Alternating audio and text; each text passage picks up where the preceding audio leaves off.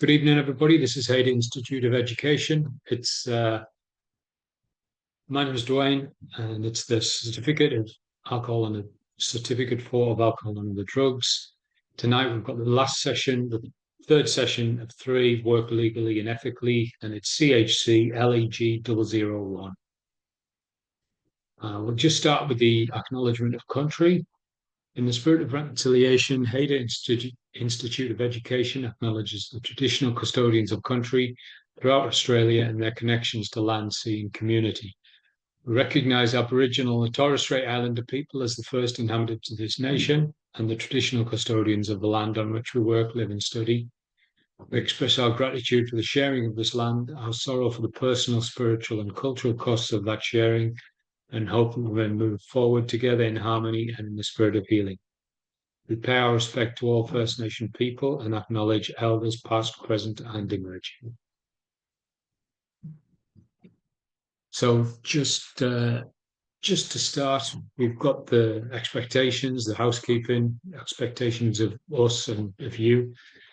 Cameras on if you're in class. If you've come to class, obviously nobody's forced you, but just put your camera on so that we're all the same. We're a camera college, building connection by seeing each other, not just listening. It's important. Microphones off, so just so that we can all focus and keep our minds on track. Just make sure your microphone's off unless you're speaking.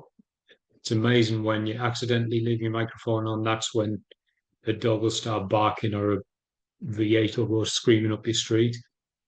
Class break times, obviously with a few hours of study, it's going to be a bit intensive. So class breaks, 7 o'clock, 10 minutes each, 7 o'clock and 8 o'clock. And then if we're interacting, we need to do it just so that everybody gets a chance. Use the reactions icon underneath the video screen, put your hand up. And because basically we're doing respectful relationships, it's meant to be respectful for each of us. Be mindful and kind with your words and respect the opinion of others. We're all learners and in this together. No smoking or vaping or drinking alcohol on camera. Obviously, it's just like a TAFE course or a staff meeting at work. So we wouldn't do it there. We don't do it here. Different triggers. Obviously, that could be a trigger problem. If some people come into class and see that somebody's using something that they're trying to give up, then also the study that we're doing can be confronting enough, so we don't want to trigger anybody. And in that, be kind to yourself, look after yourself, make time to nourish yourself, mind and soul, so that you feel refreshed and ready every week. Obviously, ready for life, not just ready for class. If you've got a few hours of study and a few hours of work and a few hours of family time, it's just going to build up, and then you're going to be exhausted. So make sure that you're looking after yourself as well. And tonight, the last session of working legally and ethically, we're looking at the dignity of risk, the big issue, really. Personal values and ethics, ethical dilemmas, professional boundaries, conflict of interest, child protection and mandatory reporting. So we should get most of the way through that and have a look at the assessments, the role plays that we didn't get to look at last week. So that's the main thing for tonight. Just to start looking at the dignity of risk, we haven't got a video for it, but the dignity of risk is the right to take risks when engaging in life experiences, the right to fail in taking these. It's the dignity, it's the right to take a risk, whatever that risk is, even if it puts myself in harm's way. So obviously a lot of society is going to try and protect people from risk. A lot of society protects people from themselves so that they are unable to take a risk, even if they want to, which could be a reason why people are more inclined to take the risks that they can. I don't know. But quite often we talk about dignity of risk in aged care is quite often it comes up because in aged care we have a lot of people that don't necessarily want to take the medication that they're told to take or that they're advised to take, sorry. So some medication that might keep them alive, but it's going to have a lot of side effects. And somebody could potentially say, well, the side effects are worth staying alive for, surely. If I don't have the side effects, then I'm going to end up not being here at all. And then somebody else is going to decide that actually the side effects aren't worth it. It's not worth having these side effects and take this medication. It's ruining my life to a certain extent, so that I would rather not take the medication and not have the side effects. So that's in aged care. But having medication like that, that could be any age. That could be youth. That could be normal adulthood where we've got a chronic problem and we've been advised to take medication that's going to stop us being at risk, but we choose not to, whatever that is, or we do some really fun sport that we really, really like that is going to put us at risk, or we choose to have an eating habit that puts us at risk, or we choose to have a substance use habit, choosing to. Somebody might choose to have a substance use habit that might be really, really dangerous for them and put them at risk. And that's their prerogative to do that.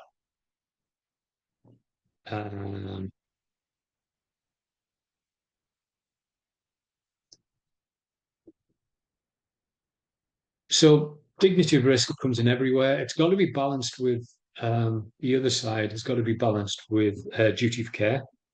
And we talk probably in every module about duty of care, and it's going to be balanced with the dignity of risk because they don't conflict. There's a grey area in the middle where they don't overlap, and they don't contradict each other because of the way they're both structured. And once you understand them both properly, then you can see that they don't contradict each other. But on the face of it, we've got the dignity of risk and we've got the duty of care. So take all reasonable steps to ensure the safety of the client on the one hand with duty of care, but then also give them their own autonomy to be able to choose the risks that they want to take. So they've got to be fully informed, they've got to be fully cared for, and then they've got to be fully autonomous. So take all reasonable steps to ensure the safety of the client, do no harm, improve quality of life, and follow-up support plan. A lot of people think that if we don't engage with, like, what do they call it? The nanny state. If we're not part of the nanny state, if we don't become the nanny state and protect people from themselves, then we are doing them harm. And by the nanny state, I'm meaning being overprotective, where it's not just giving legislation to protect people, but forcing people into a position where it's illegal to put myself at risk. When it's illegal to put myself in any risk, then it goes against the dignity of risk. And that's not what community services are wanting to do. So a lot of politicians and a lot of legislation might be there, but community services aren't, even to the point that if the drug and alcohol sector was there, then it would be trying to support abstinence, and it would say nobody should be taking any drugs and alcohol because it's bad for you. Um, and they would legislate in that way so that the government's AOD policy would be: do not drink too much and do not take any substance that's going to be risky to your body. But that's not the government's AOD legislation. The drug strategy from the government is harm minimization. So if you want to use heroin, okay, you can use heroin. It's illegal. The law says you can't because it's dangerous. But if you do want to use it, then let's try and help you use it in a safe way. Same with ice, same with medication, just to help somebody live their life with duty of care and dignity of risk. And the most important word there for duty of care is reasonable. So we're taking all reasonable steps to ensure the safety of the client. We're not going to go against their autonomy. That will be unreasonable. We're not going to go above and beyond what most other care workers or community workers or counsellors or caseworkers would do. If we go above and beyond that, then we're not taking reasonable steps. We're taking unreasonable steps. We're doing extra. So we've got to make sure that our duty of care is what is everything that we can do under reasonable circumstances. Because, and we'll talk mention a little bit about it later on. If somebody is having issues outside of our work hours, and there could be emotional blackmail, that we finish at 5 p.m. maybe, and they say, okay, so who can I call when I'm having a stressful time? Who am I going to call at 7 p.m. or midnight when I really, really get anxious? Then we can give them like Lifeline's number, we can give them other telephone numbers to support them. And somebody could come back and say, well, you don't really care for me. You're just doing a job. It's just a 9 to 5 job for you then. If you don't actually let me contact you in the middle of the night when I'm really struggling, then it's like people can say things like this.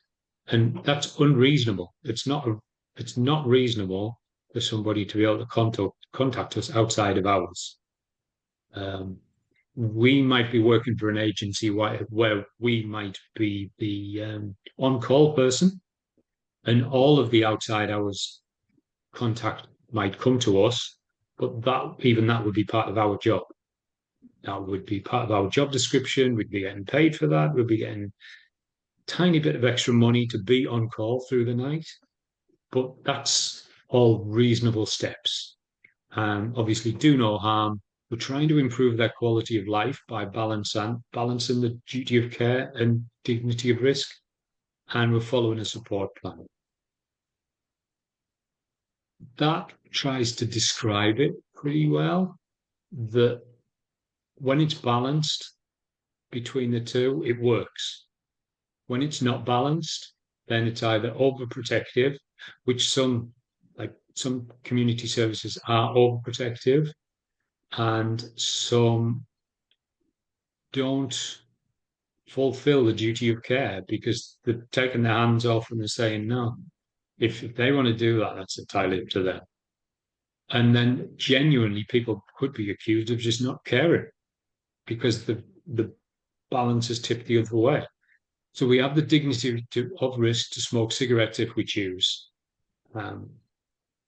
Not just cigarettes, but cigarettes made of anything. Even the worst cigarettes, the cheapest, most badly made cigarettes that are the most harmful ones. We still have the dignity of risk to do that if we want. Do our clients also have the right to choose to smoke? Yes, of course they do. When might a client not have a right to choose is a massive issue in the end, because then there is an issue where the law might take over and say the law is more important than your dignity of risk, and the law is more important than the duty of care. And where do we fit in that? Where does the community services fit in that? And then in the end, what is our ethical obligation? Not the legal obligation, the ethical one. So ethics is generally outside of the law quite often. Runs parallel with the law, but it might be outside the law. So motivational interviewing is a way to interview somebody. So motivational interviewing, listen to the client's point of view. Psychoeducation, whether that's some sort of CBT, ACT, cognitive restructuring, cognitive study of the brain, harm minimization methods, solutions for special needs. That could be learning needs, that could be life needs that bordering on disability and NDIS. We've still got to offer a range of choices, and then we reach an agreement, and then we document the client's decision. So that would be quite a short method of trying to understand where somebody's coming from. So first of all, with the motivational interviewing, that's a method itself of open-ended questions, trying to active listen, summarize, paraphrase, and then that can go round and round in all of them skills. And then we move towards, okay, so once this is established, then we're moving towards some sort of therapy model. Then we would bring in, so how can we make you safer? If you still want to do this, how can we make you safe? The safest way we can, and letting you carry on doing what you're doing. Any spanners in the works where it can't necessarily work the same for everyone. We're looking at a lot of choices because this is our speciality. In the end, they're not coming to us for health advice. A client isn't coming to us for health advice quite often. Client probably knows the positives in their mind and the negatives of the use that they're doing. So they're not going to come to us to find out about how long it takes for certain medications or certain substances to leave the body, or how long it takes for the effect to wear off. They'll know all about that. They'll know more than any of us if they're using it regularly.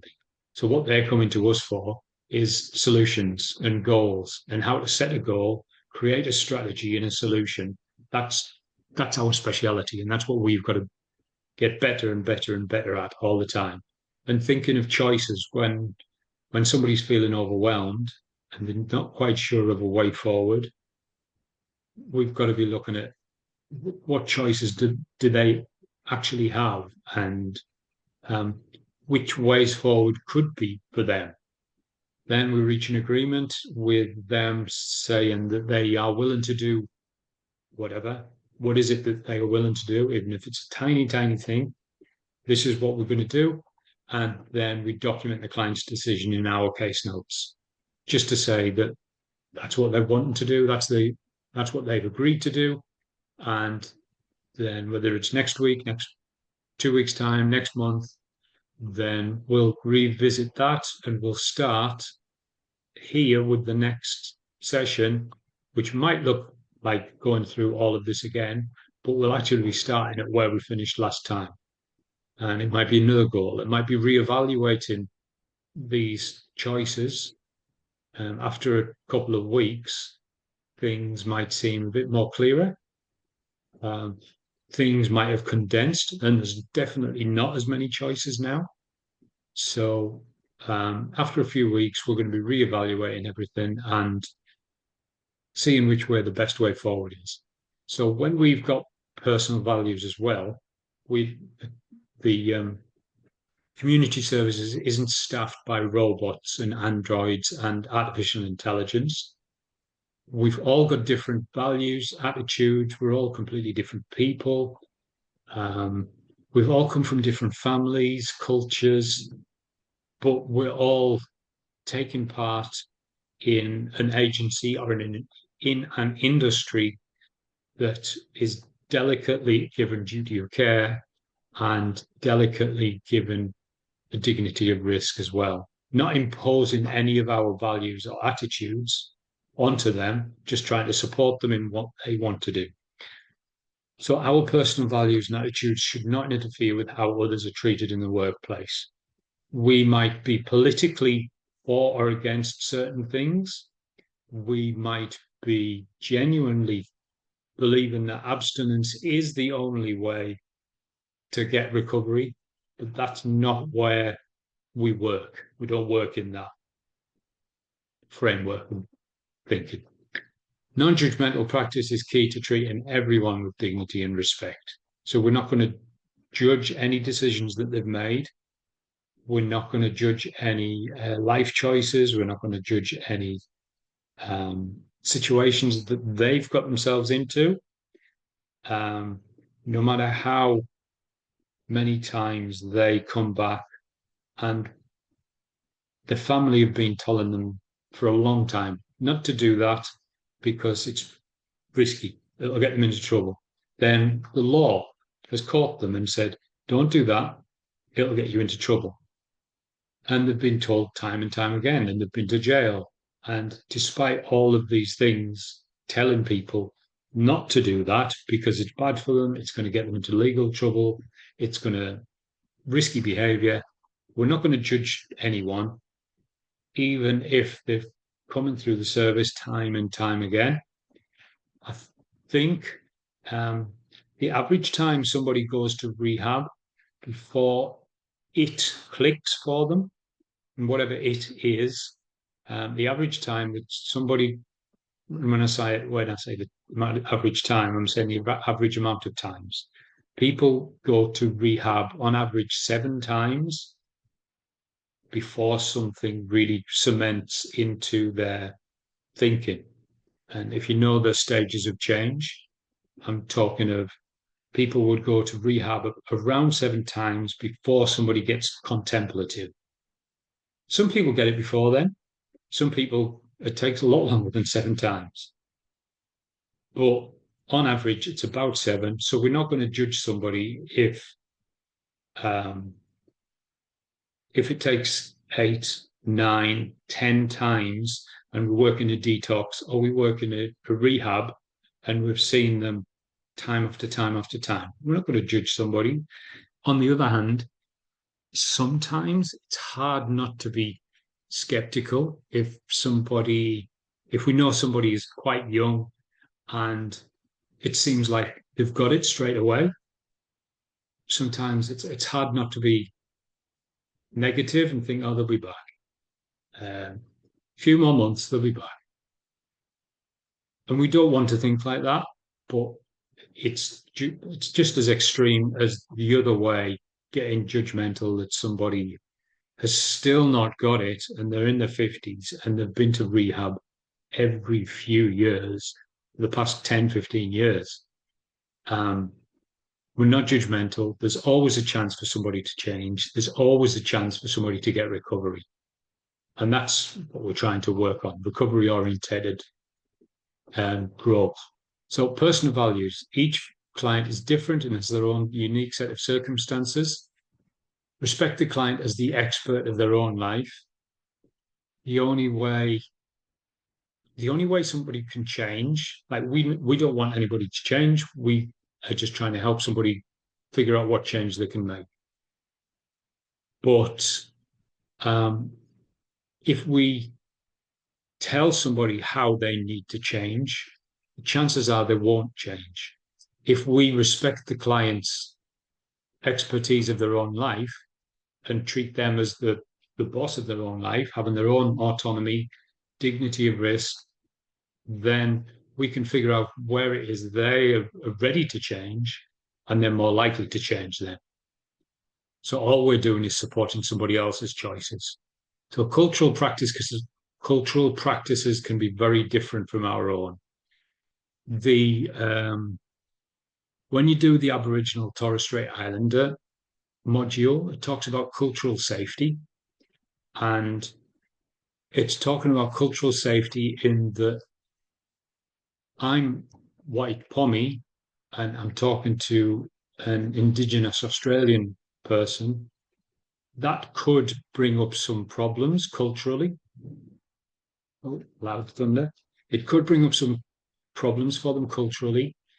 Um, but if their culture is culturally safe with me, it doesn't matter what culture I am, then I can treat them with cultural safety and they can be sure and feel safe in any agency that I'm working for. And that goes with anything. I might be a sober, non-using, um, middle-aged male.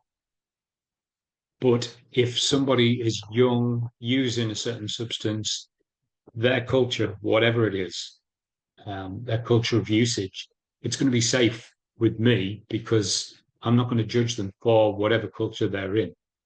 So the cultural safety it works on everything. So when personal values and attitudes enter the workplace, they can inadvertently lead to conflict, discrimination, harassment, and bullying, among other unacceptable practices, obviously. And that's where we have to work in here. So if we forget about clients for a minute, we can be working in a certain place where somebody else's um, beliefs, attitudes come in and they affect us. It leads to conflict with us and them, discrimination between us and them. And in any workplace, the harassment, bullying is not nice. It's a horrible place to work. So when we're trying to get rid of these things in the workplace, we're also trying to get rid of it in the agency and the service that we're working for.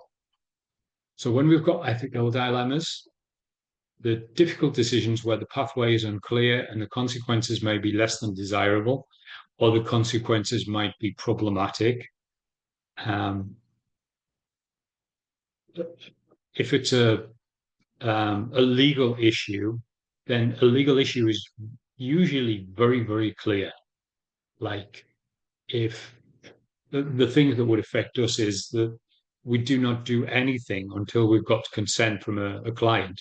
We don't talk to anybody about anything that may be AOD or mental health related until we've got their consent, written consent, which means that's it. It's pretty obvious. It's a black and white issue. There's no grey area about that. If they give us any information, any personal information, it's going to be treated as confidential. It's a black and white legal issue. There's no grey area. But then when certain things can happen that are very close to the legal area, it's not legal and it's not illegal. What is it? That's the ethical minefield that we have to navigate in, unfortunately. So we've got to reflect, we've got to recognize the problem, we've got to evaluate the options, we've got to research and find information, liaise and consult with colleagues and supervisors. For this reason, most community services would ask you to go to a supervisor, to go to clinical supervision, usually every month. And that would be a very wise senior social worker or psychologist, and they would be talking to us about the clients that we deal with. When we're dealing with people's lives all day, every day, it can get overwhelming. It does get overwhelming, and we need to offload sometimes. We can liaise with colleagues confidentially because we can liaise with colleagues and talk about certain clients in a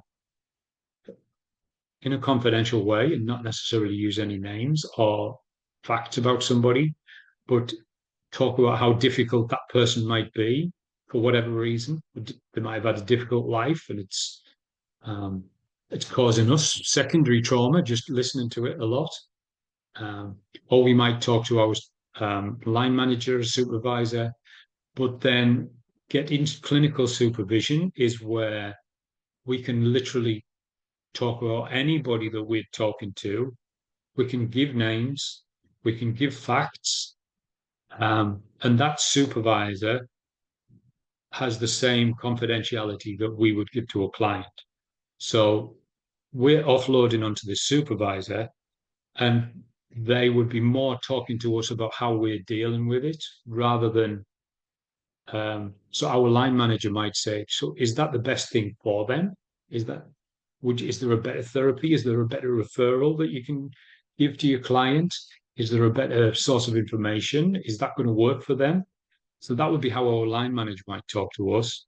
But a clinical supervisor might be talking about it more for our benefit, saying, how you've dealt with that client. So how are you going to manage this every week, talking to that person and then bringing up all of their old stuff every single time, every week, because they need to get it all out or they feel like they need to get it all out all the time. How would you deal with that? The clinical supervisor would be saying, and they would be trying to protect us from burnout, really. So then we come to a decision and we take time to reflect before taking action. Yeah, let's just slow down a bit. Just in the chat, any ethical dilemmas that you can think of that might be in, you might come across them anyway. And it might not be in community services. It might be just in your own workplace. Yes, Sam, I don't know when you put your hand up. I didn't see it because I was going on and on and on. Yeah. No, that's cool, Gwen. I just wanted to ask, and I think I figured it out in my head, but dignity of risk, would an example of that be like a safe injecting house? Would that be Yeah. dignity?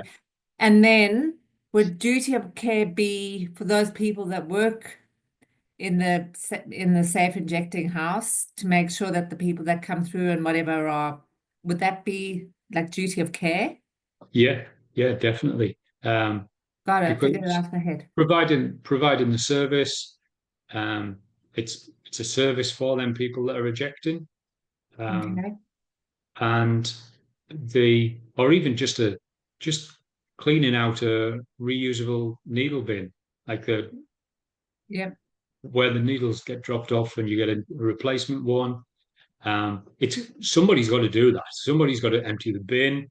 You've got to stock up the fresh needles for somebody that is wanting to take one. And the duty of care in that would be making sure there's enough needles there, um, Yeah. as well as dignity of risk. So it's complicated at first, but it's in a way it's not. No. So what if someone died? Whose duty of care is it then? It depends. Like there was a video. I don't know whether it was you guys that watched the video last week, and they were talking about in this injecting house. They talk about, oh, so and so's had an overdose. He's in the middle of an overdose at the moment, so we'll just help him come round. He's passed out, and the people there.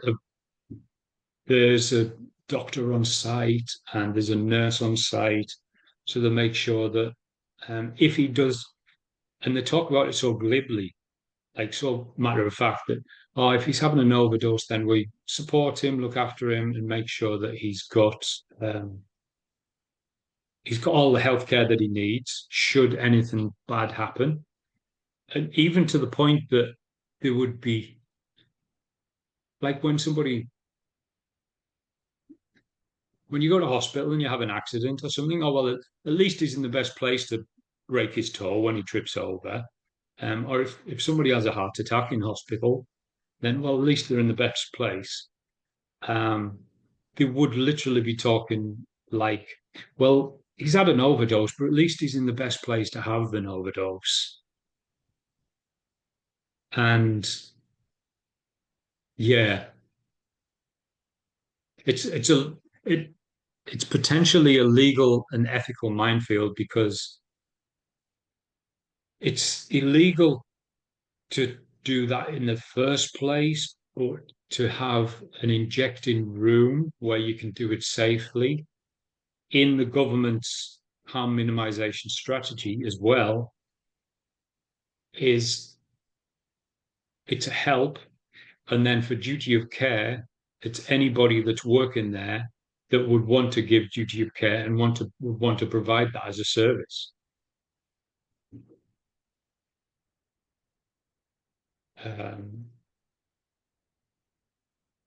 If that answers anything. Yeah, it does. Thank you. All right, so back to this. Ethical dilemmas. Anybody?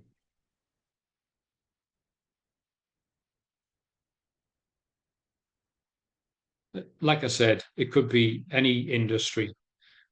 There's ethical dilemmas in like so many workplaces. That your values don't align with their mission statement. Yeah, no, that's good, Claire. Definitely. I'll write that down.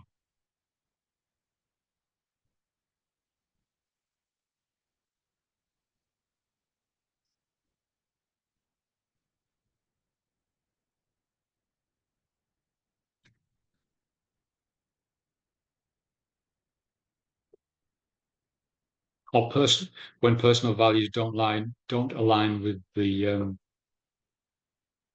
agency or the service values. If we've got different values, that's going to be a problem.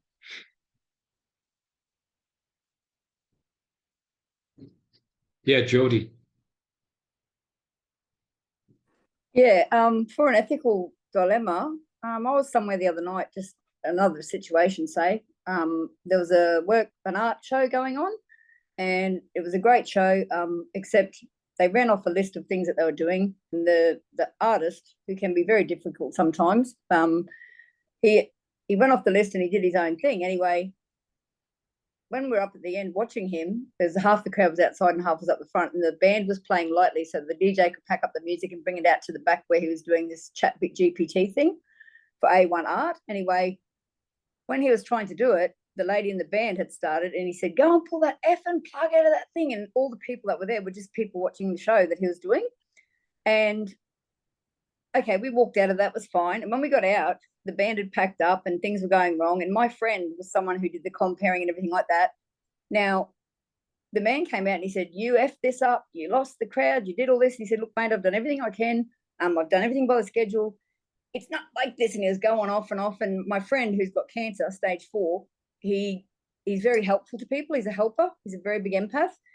And the bloke was just going at him. And I said, come on, mate, let's go and have a break. Let's walk away from this. You don't need to be treated like this. My ethical dilemma was that after watching it for about 5-7 minutes, I couldn't actually, because I'd always talk to him, he's always saying how much it gets him down, how much energy he doesn't have, because he's chemo 2 weeks of the month.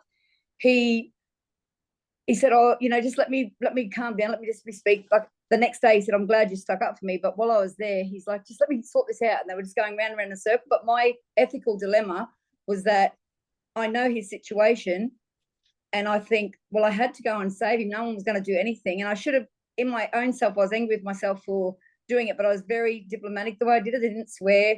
I didn't come back. I was very diplomatic in the points that I made, and I was very kind and quite, and it was a real dilemma for me, because I felt like my friend, who was absolutely buggered, like he's got to rest a lot, but he wasn't. He was just working every day, every night. We didn't even hardly see him. And it was like, after I did that, I felt okay because I didn't make a scene like of any swearing or yelling or anything like that, but he was doing that himself. And the next day, everything sort of settled down. But yeah, I felt like I had to help my friend, because all the people that were there wouldn't do anything. But it was because I know his personal thing. It was just, that was an example of an ethical dilemma for me. But I feel like I did the right thing. But I still, I felt bad for him trying to make me react. But then I thought about it. I thought, well, I didn't react in the way I would normally react. I reacted thinking about the situation and trying to keep it nice and there's a lot of other people there and everyone was there for a good cause and everything like that. But the man was just so, whatever. It was just so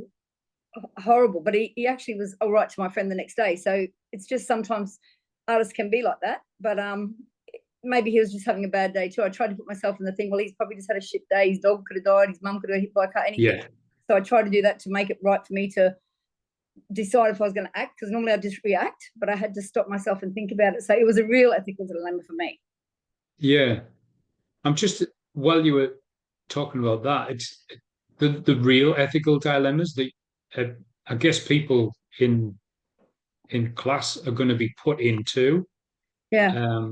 I'm actually thinking of a few of them now. Yeah. Like going out for dinner and having something happen in front of us. Yes. And that, where we know what's we right. know yeah, that's right, definitely. And if we weren't there, we'd be thinking, oh, I know I'd act like this. I know that's the best thing to do, the right thing to do. Yeah. But when it comes down to it, what do we do? Go on, Mem, before I start waffling on too long. But it's true. You do have to have your own Yeah. values are very important. And mine is, because I've grown up in a different situation to a lot of people. Everyone's had the same sort of thing in their backgrounds. No one's missed out. But it's like, instead of being that angry demon going rah and making it much worse, I felt like it was okay. I felt like I could even go to that man and say, hey, look, I hope I didn't upset you or insult you the other night. I just wanted you to stop with my friend, and I feel like going to do that, but I have to think about it. But it's something different that I would do, but I think maybe I will, to say that, I'm sorry I had to step in.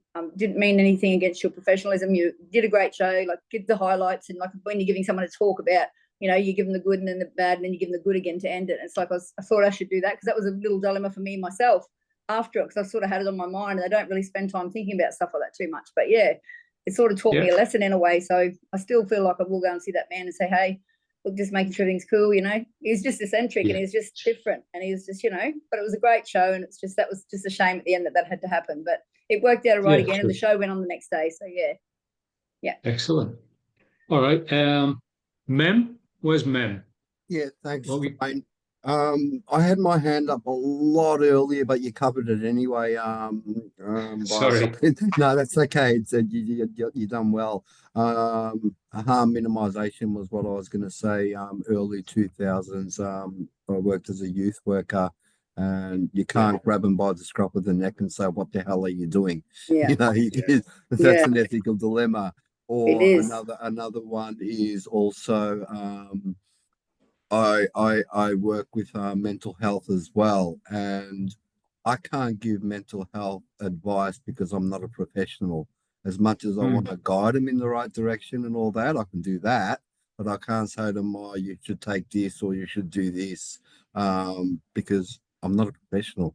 That's an ethical dilemma as well.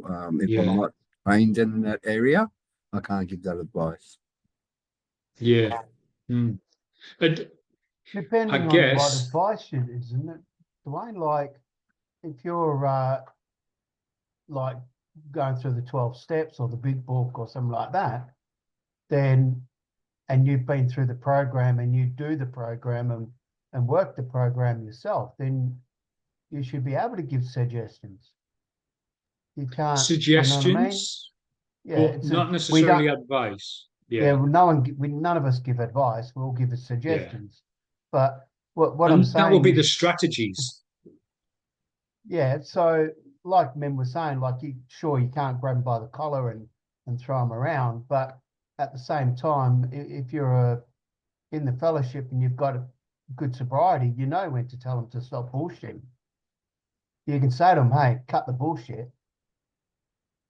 There's no need for all that stuff. You know what I mean? Like, let's get on with the program. Surely you can do that without crossing any ethical dilemmas. If you were running a group, that would probably be okay. But if you were a caseworker working with somebody specifically, to call out somebody's bullshit is like, that's a tough one, because a lot of psychologists won't call out bullshit. A lot of time they might not even realize it's their bullshit. they might believe it themselves. So it could be a problematic one to call somebody out on their lies, on the deception, because a lot of times they might be lying to themselves to start with, and that's difficult. Yeah, but a lot of people that come into rehabs and 12-step programs are bullshitting anyway. They're all lying to themselves at first. It's not until they get to step 4 that they start to realize, oh, I better stop lying now. Quite, yes, which means we are not there to move them from step 1 to step 4. We're just trying to help them figure out, do they feel like they're able to move from step 1 now? If not, then they can hold on to their bullshit as long as we let them, as long as they want to.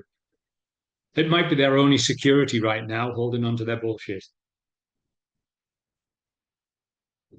Mem, yeah. Yeah, thanks. Just going on what Glenn was saying as well. I'm also in a 12-step fellowship, which is a bit irrelevant at the moment, to be honest. There is something called keeping people accountable, but we can't tell anybody what to do if we're not qualified.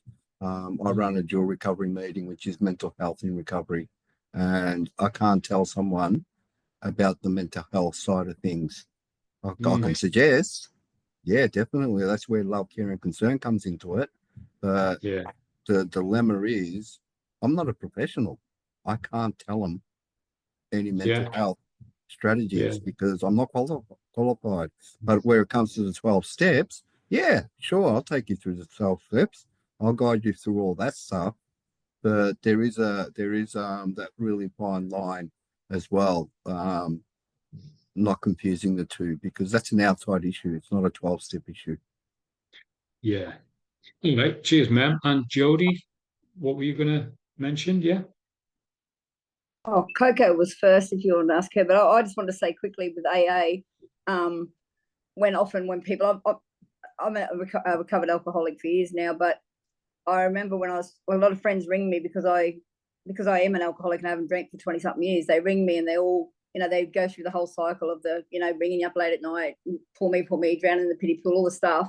Well, I say to them, look, it's up to you what you want to do. You're the only person who can do this. It's no one can make you do anything. You can only you can do what you want to do. No one can tell you what to do, but it's up to you. If you want to make a next step and try and do something differently, I usually try and make them self-reflect or something like that. But that's just what I do. I don't know if that's drawing the line or whatever, but I say that so much because for some reason, I'm the only person in Cairns that doesn't drink. So about 25 people every 2 months ring me and say, Jody, help me. Like I have to go to pokies with them or whatever, just to sit there and listen to them. But I will do that for them because I want them to, like I say, if you have to have a drink, have a drink. It's okay. If you're not ready, you're not ready. Only you know when you're ready. And I always say things like that. And then sometimes they might go for a month. And if they don't, well, okay, good for them that they had a go. And if they can have another go, good. But I'm not going to judge them and say, hey, you're a shithead because you did this, because that's not going to help them. Whereas if I make them self-reflect and go, well, it's up to you. Some people say, oh, well, it's shit being sober. My life's shit. And I'm like, oh, well, look at me. I'm having a good time. How can I be like you? And I said, well, I don't know. I'm the only one who can make me feel the way I do. I didn't, no one's telling me. I just had to, that's what was told to me when I was younger. People kept saying it. So, I don't know. This is what I think. Anyway. Cool. Thanks. Coco.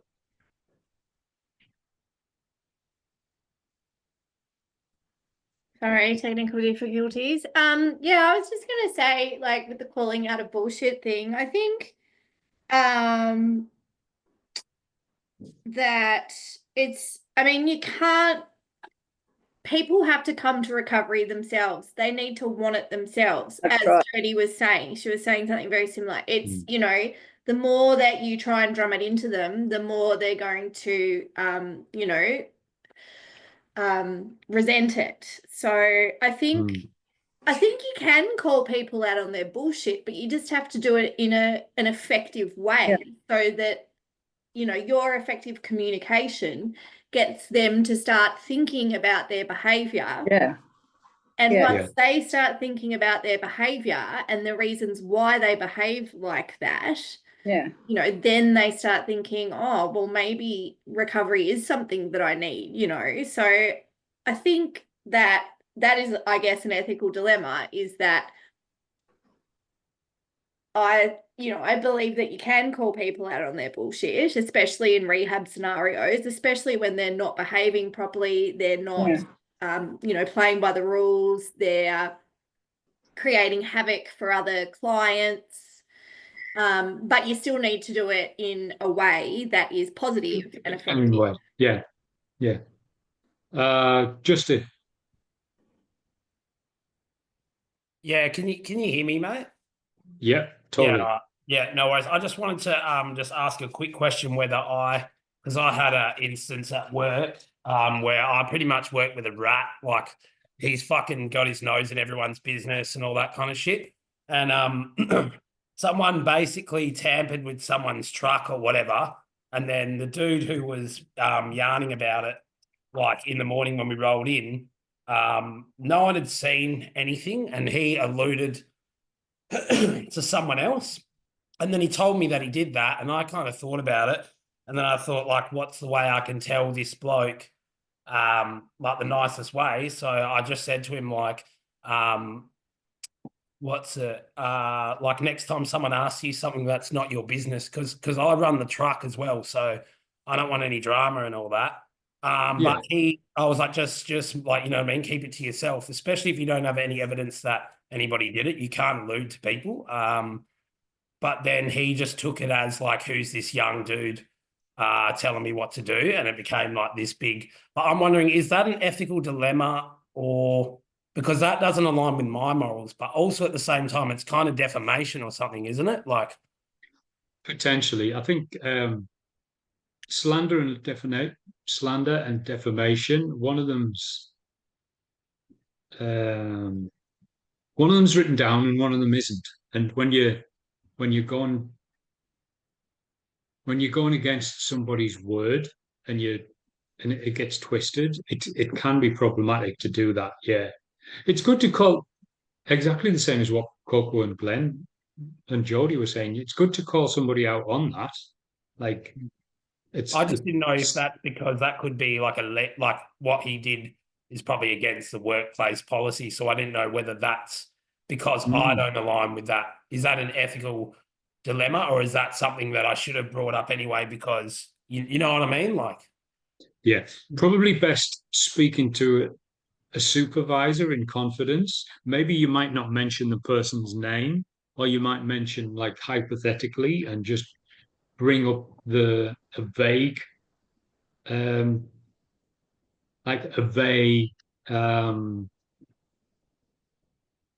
can't think of the word. Yeah, I know what you and mean. Just mention. I did bring it up to my vague supervisor scenario. and said that. Thank you. Yeah. I did bring it up to him and said, you know, he alluded to blah, blah, blah, whatever. This guy's only a casual worker, but he's been offered full time and whatnot. But he's not even fit to work. But like, that's besides the point. Basically, my supervisor was like, deal with it, because he likes the guy, because that guy's up his ass. You know what I mean? Like, he gives him the info that he needs. So yeah, I don't know. It's kind of hard. It's probably speaking to a supervisor for that one, because it could be either or. Yeah. Just before we go to break, Arnie, what were you gonna? Yeah, I think it's just I'm going to reiterate the fact that it is possible to give people valuable feedback, or rather, even in the shades of criticism, knowing the right words and doing it at the right time. Usually, if it's one-on-one, it's better to do it that way rather than when it's in front of like 10 other people, because de-escalation should always be at the forefront of most conversations you have, even if you're not a caseworker, even if it's just a friend. Like, so I have to deal with two kinds of people a lot. I have to deal with people in recovery, or people entering recovery, and actors. So when I'm in Punjab, I have to deal with a lot of people in recovery. And when I come to Mumbai, I have to deal with a lot of actors and both friends, right? Now, with people in recovery, there is, of course, when they come new to rehab, sometimes you got to be a little bit like, okay, you got to do it this way because that's what the moment is requiring then. But then once that's happened, there is always, you pull them aside later on and you try to explain that this is why, this is what we see, this is why it would perhaps be better for you to do it this way. Even apologize if something was out of line before. And when meeting with actors, I have a lot of friends who come to me with an audition or something that they've recorded and they require me to see it and give them feedback. And then my first question is it okay? Like if I give you feedback, are you sure it's fine for me to do that? Are you up to listen to it? And then explain why. Well, of course, I don't tell it to their face that this is not working, but I try to explain what would work, and then perhaps even spend time to help them record it again and see that, okay, now what's the difference here? What's the difference here? I think de-escalation, maybe my personality is one that does not like conflict. I've been told that. So that's something that I have been trained for, or gotten trained in as a result of my personality. But there's a way to call out bullshit. It's just probably needs to be done in a way that doesn't sound like it. Yeah, cool. Lastly, Jody.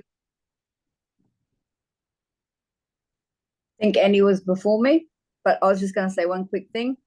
Something that's always been a valuable lesson to me and something I think of when I think of those situations, like what the young man was talking about with his truck thing. You can't control other people or anybody else. You can only control yourself. So that to me takes it to the reaction.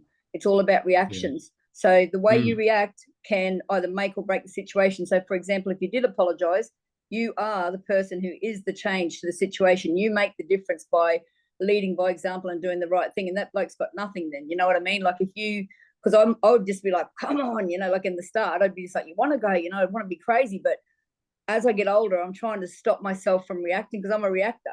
But when I try and calm it down, I just remember those words. You can't change anybody else. You can only change yourself. So I can't do anything about that person, but I can make it better for me by doing this, and maybe that'll help that person. I don't know. Yeah, you got to be careful there, Jody, especially in the trucking industry, because I come from the trucking industry. So you know what they're like with their heads. Sometimes they're not in a very good space to receive. No, you've just always got to, you've always got to put yourself in their situation, and it's like, but whether it's good for you or not, it's always good for me. I've never had a problem. Yeah, but Justin still has to be careful. And like Dwayne said, he's better off going to his supervisor and doing hypothetical situations. That's what I mean. Be the reaction, do the right thing. That's right. Yeah. Because he can't just drop his values and drop the bucket of shit on someone else, you know. So no, I'm not saying that. I'm not saying that. I'm not saying that at all. All right, we'll leave that there. We'll leave it here. I've just got to throw some just before break. You don't have to answer any of these, but it's just with your training, the training that you're studying, you get to a certain point where you're suddenly accountable. So a lot of society would walk down the street if somebody's having a heart attack, if somebody's stressing, if somebody's bawling their eyes out in the middle of the street. We know a lot of society is just going to walk straight past and say, oh my gosh, they're causing a bit of a scene, and just carry on to work or on to lunch break, so that as long as it doesn't affect me, or walk past the homeless guy and not give them any money, or any other thing that is going to affect my day. I'm not going to get involved in anything that disjoints or ruins any of the times in my day. And that's fine. And nobody should force you to do good deeds or get involved in something that you don't feel like you want to get involved in until you do some sort of community service training. Because once you've done that, there's a certain expectation on it. So as part of your Cert 4, as part of the AOD course, you've got to do first aid. So once you've done first aid, however and nobody in Australia, nobody's going to force you to do first aid on anybody. But there's definitely a different ethos or a mentality that a few years ago you'd be walking down the street and somebody is in the middle of a heart attack and you think, oh my gosh, I don't know what to do. But now you've got first aid training, you know what to do, but you're on your lunch break. Do you get involved or not? And nobody's going to tell you. I think France has a good citizen, a good Samaritan law. France has got a good Samaritan law. If you've got first aid training, you're legally obliged to help somebody that needs it. Australia don't have that, but it's an ethical question. Like, should you help that person if they're going to be ill or and it's going to take time out of your day? You're going to be late for work, you're going to be late for an appointment, it's going to ruin your dinner hour. Like, should you help them? But then it goes beyond that, because it's not just first aid training, it's maybe abuse or assault on the street.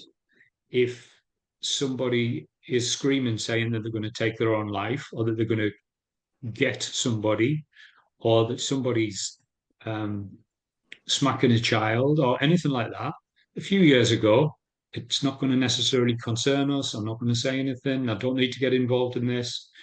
Once you've had this training and you've passed, this is where you are now legally obliged to report. If somebody's threatening in the middle of the street that they are wanting to commit suicide and they're having a psychotic episode and it's your lunch break, you are one of those people that is legally obliged to report this. If parents are having a crazy day with their kids screaming and it looks like, is this just normal parent meltdown or is this abuse? Legally, it's not just an ethical question now, it's a legal thing that you're one of the roles in society that says you have to get involved in this. You might not report, you might not do anything like massive, but there's a certain expectation that this is where you have to get involved. So I'm not going to ask anybody what you would and wouldn't do because it's break time now, but I just thought I'd throw that at you. So let's have a break for 10 minutes.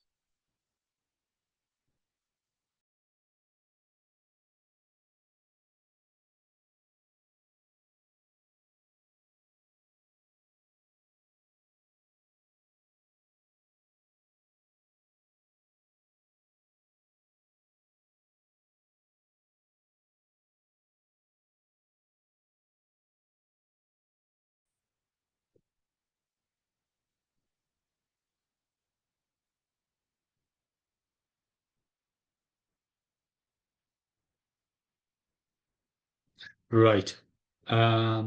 So I wanted to do the normal advertising type things, notices type things that I haven't done yet.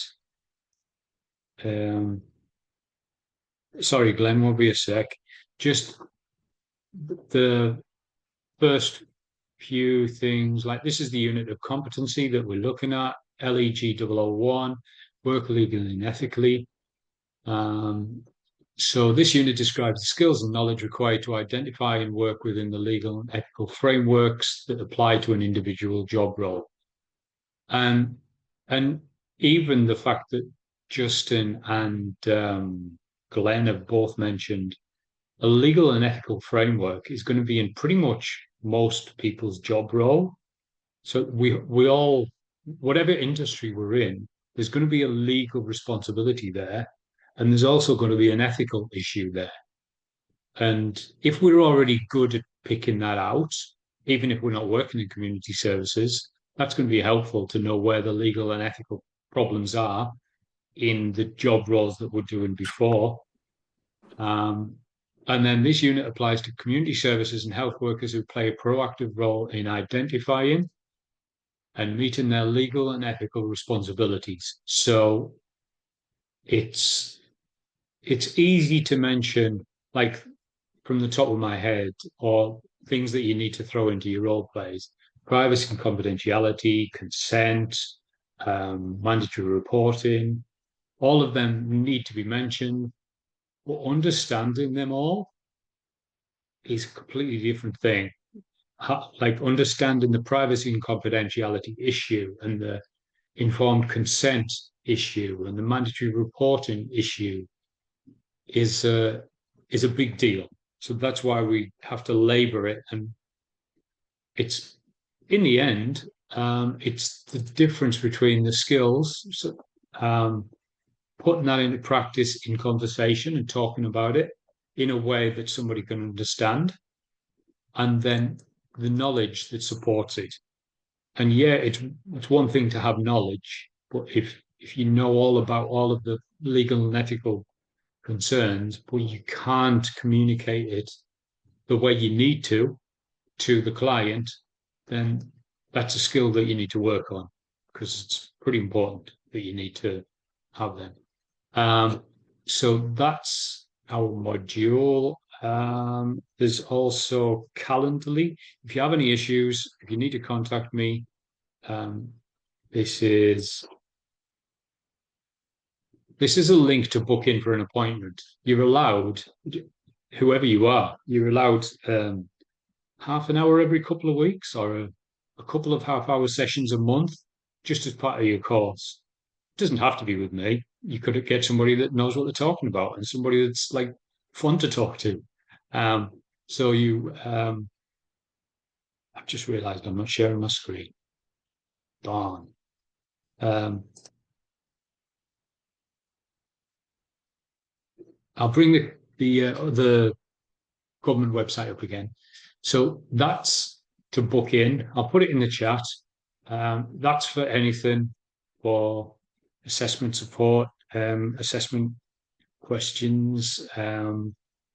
Monday is usually good, and mornings can be flexible.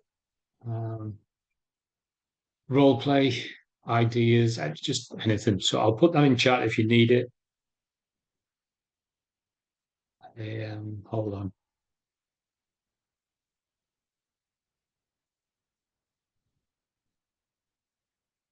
Yeah. And I was just mentioning the government website, the Training Gov website. And that is, I've closed it down now, sorry. So the other thing I was going to mention is Discord again. Discord, I know I've said it before, so I'm going to say it really, really quickly. You need your own account, your own email address registered to it. Once you've got that, you accept the invite. I think we found it by researching. Somebody found it last week, probably Glenn, by researching in the search bar. So you accept the invite, then it'll take you to the terms and conditions, which is the rules of engagement. So once you read through all of that, then you click on the accept, one of these underneath. So that basically no abusive language, support each other, look after each other, don't share answers for any of the assessments. Learning support are on here, so it's sometimes a way that rather than spending any time on a telephone call, you could potentially get an answer straight from LSO during the day. They finish around dinner time. So during the day, you could get straight on here and potentially get a question answered. All the staff are on here from time to time. Vicky's on here heaps, so you could probably get Vicky quite often. I'm on here sometimes. It's for connecting people together to get a role play like logistically set up. So you might go in here and find people to do role plays with. Maybe your role play to get assessed because you need to do a role play, or somebody else wants you to get into their role play so that they can get an assessment finished. And lastly, I haven't done this thing before. We've been messing around with SurveyMonkey. You'll be doing this once you're working in the industry a lot. Feedback surveys are very, very important for our progression and what our job is for the government and our job in the industry and our job in any service. We need feedback so that we can say how close we are to what the expectations are for our job role. So we've come up with this one, been messing around with SurveyMonkey, it's free if you only use 8 questions. And if you've got an assessment to do or you working somewhere, this is the type of thing that you can use free and get some sort of feedback. So this is a header one for your class or unit. It's ideally going to be used with lots and lots of units, which means you could potentially have done it many, many times. I'm going to put this link into the chat, and I'd appreciate it if you could fill it out when you get a minute.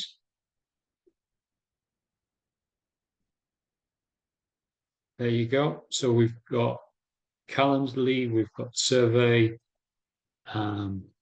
It's not invasive. You don't have to put your name in.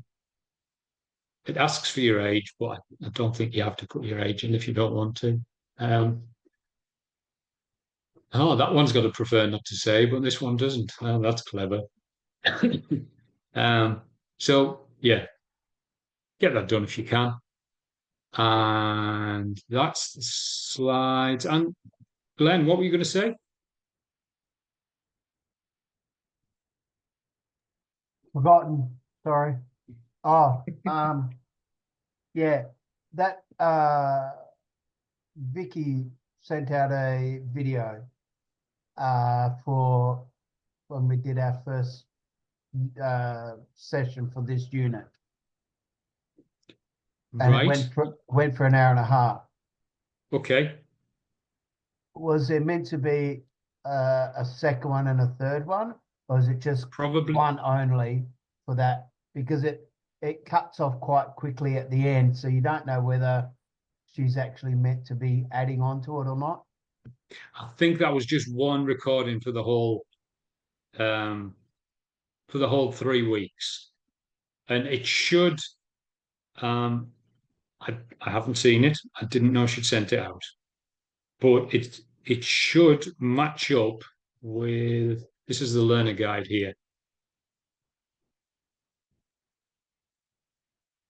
I haven't mentioned the learner guide.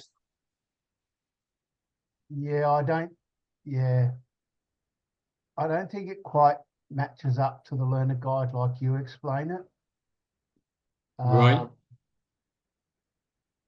That's why I'm asking if there's meant to be, because she talks about links and so on like you've done with government agencies and that, but you might need to watch it. So the thing is that it's the assessments that I'm going to be looking at any second haven't changed in a couple of years. So no matter what the learning guide might have, the learning guide might have changed in the past couple of years, but the assessments haven't. So you could hypothetically have me waffling on for a few hours and Vicky waffling on about very, very different things, but still have the perfect amount of stuff for your assessments and still get what you need. No, I didn't. yeah, I didn't get that from that video she made. Like she Right, okay. mentioned, she mentioned places where we can probably link to and get research and stuff, Mhm. some of the government things, but in relation to the actual unit, very, very minimal. Okay, I'll have a look. I'll watch yes, it. please. Yeah, I'll All right. appreciate that. Cool. I'll definitely tell you what, Glenn. Send me the link, and then I'll know that I'm not going to forget about it straight after the session tonight. How do I do that? Did it come up in Accelerate, or did it come in the via Email. email? Yeah, just send it to my email. Forward Copy it. okay. Yeah, I'll do Yeah. that. All right. I'll do that in a minute. If you need, before we move on, if you need this learning guide, you can't find it, going in Accelerate and searching for the module, this module here. You should be able to find it with that. It's usually in resources down the bottom. So that usually works. If you need it, then I've got it here. And I wanted to look at assessments, the role plays assessments, actually, because one is straightforward and you can do that on your own, and one is going to be best done here. I think I mentioned this last week. So this is a very straightforward role play. It's when I look at the role play instructions, it needs, the only other person you need is your boss. Like, I think he's the senior manager or the CEO or something like that. So you've got a meeting with him. So you just got to play somebody. You've got to be far out. You've got to find somebody to play John Ford in a role play. That's what you need for two little role plays. So A and B. That is pretty much it. On the first role play, you are being Estelle, yeah. So you're Estelle, the caseworker. I think she's a caseworker. She might be a counsellor. And then in the other one, you're Juka Sepp. So you have to, you're just talking to John Ford, the boss. The other role play is the one that I was a bit more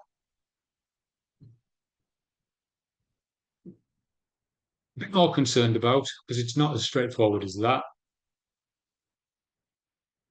So it's this one, because you need a few people. So I'll set it out slowly. So you are Estelle, the community support worker at First Access.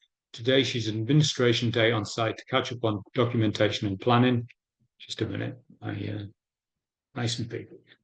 During the morning tea break, she enters the staff room to make a coffee and discovers there is none left. She remembers that there's a bulk order that is kept in the storeroom. On entering the storeroom, she's narrowly missed by a box of plastic gloves that have been stacked on the top shelf. She notices the storeroom is looking disorganized. She sees the coffee in glass jars on the top one of the shelves. She has to use the storeroom step ladder to reach the glass jars. While up on the step ladder, she notices someone has left a Stanley knife on top of the box that hasn't been retracted. Estelle takes the step ladder over to the box with the Stanley knife, steps up and retracts the blade. Then she takes the knife down and puts it away in the place near the inside the doorway. As Estelle is about to put the stepladder back, she overhears a colleague, Sandra, talking on a phone in the staff room. I just think that we're spending too much time individualizing the planning for our clients. If we focused on a more universal daily plan for everyone, we would get through so much more during a day. I mean, why are we separating meal times for some clients, and why on earth are they getting a choice as to what they'd like for dinner? I think some of the issues they come here with, who cares? I mean, Ethan can't even taste the food due to what he's put his body through. And I heard he's just been diagnosed with diabetes. So no more cake for Ethan. Deb has proposed to make the kitchen wheelchair accessible she wants to have a group baking in there, and there's only one client in a wheelchair. One. What a waste of time. If they want to bake, have some family members pick them up and take them somewhere else to bake. Estelle exits the storeroom and notices Sandra is slightly startled. She changes the subject on the phone and keeps talking quietly. Estelle is able to make a coffee and leave the staff room. So, thinking over that, you've got to send an email. Who's the email to? Dear Headley, the director of First Access. So, first of all, you send the email, what's going on. Then we'll build up to the role play. So in the role play, there's Estelle, which is you. Then there's Dia, and there's Juka Sepp to discuss your email and workplace improvements. So there's going to be 3 people, which means if you can set it up in your own time, that's fantastic. Not everybody can, so it's almost an ideal thing to do in class, another one, which is fine. So that's 3 people you need. No, it's not. 2 extra people you need, you plus somebody else. So you'll need to talk about the following in the meeting. Why you think each work practice can be improved and how this will assist in meeting legal and or ethical requirements. Refer to the relevant first access documentation to support yourself. So that means you've got to look at first accesses, like work health and safety document, any other documents in the first access portal that you think are going to be relevant. Listening to Sandra, after listening to Sandra talking, you're probably going to be looking at the privacy and confidentiality policy in first access as well, just to say what Sandra might be doing wrong. So with this role play, it's not very big, not this part.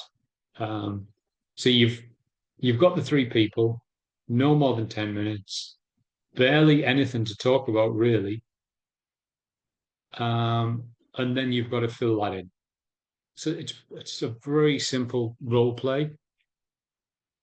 But then it does expect you to find another couple of people. So for the role play, it's wanting, I can't remember whether it's giving you pretty much a script like the other one did.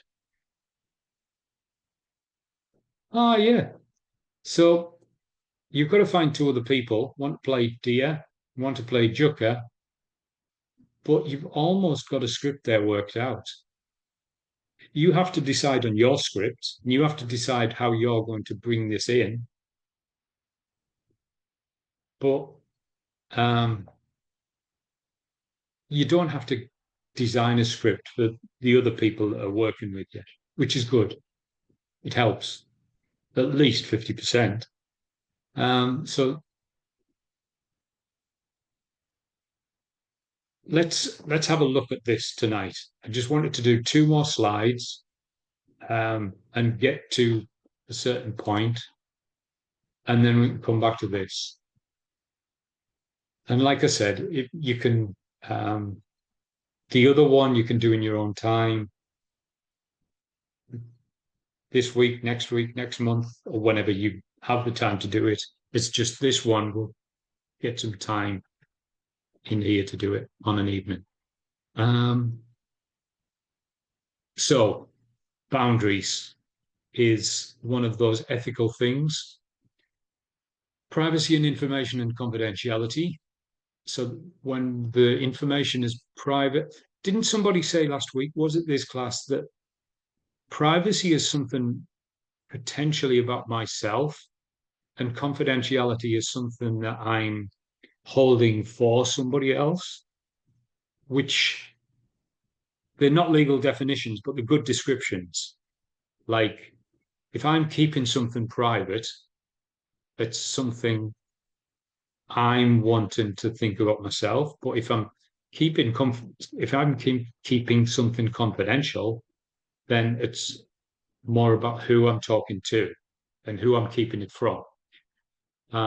So session times, when working in the industry, you're probably looking at 45-minute, 50-minute sessions. In any job, in any industry, if you've got meetings that are back to back and you've got no break between two, you're setting yourself up for a fail.